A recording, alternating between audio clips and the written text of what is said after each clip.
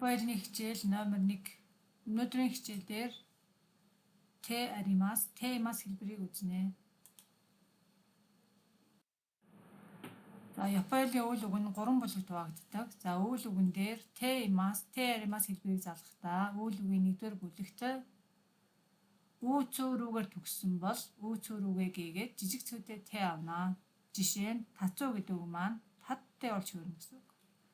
За, дараагийнх нь муу бүү нүгээр төгссөн бол муу бүү нүгээ гээгээд индээ болж хөрнө. Жишээ нь ёмуу гэдэг үг маань ёндээ болж хөрнө.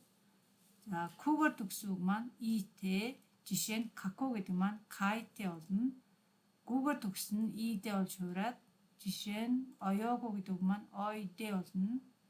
Сүүгээр төгссөн нь сүүгээ гэлээ сүүн шитээ болж хуураад жишээ нь ханаасуу гэдэг үг маань ханааштай болж хуурах нэ. За, үйл үгийн 2-р бүлэгт тэ-аримас хэлбэрийг залгахдаа эрүүгээр төгссөн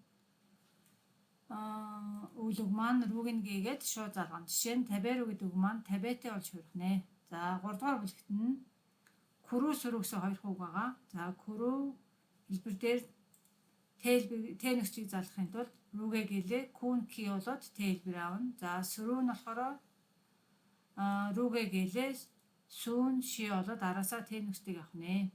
За, жишээ нь има сенсейга гаккони китэмас. Одоо багш сургуульд ирж байна. За, ваташи ва шукудай о шитэмас. Би гэрийн даалгаврыг хийж байна.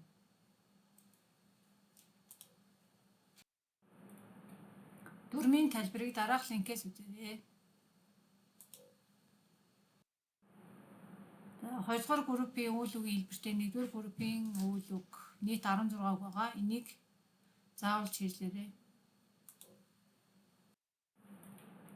За, зураг харж өгүүлбэр зохиох дасгал хийн.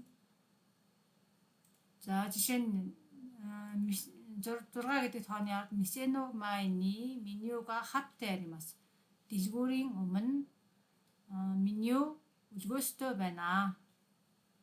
За, тэгэхээр зургийг харж агаад дүрмээ ашиглан өгүүлбэрийг зохиогоорой. За, дараах дасгал нь болохоор тохирох үгийг нүгэж хүчнэ.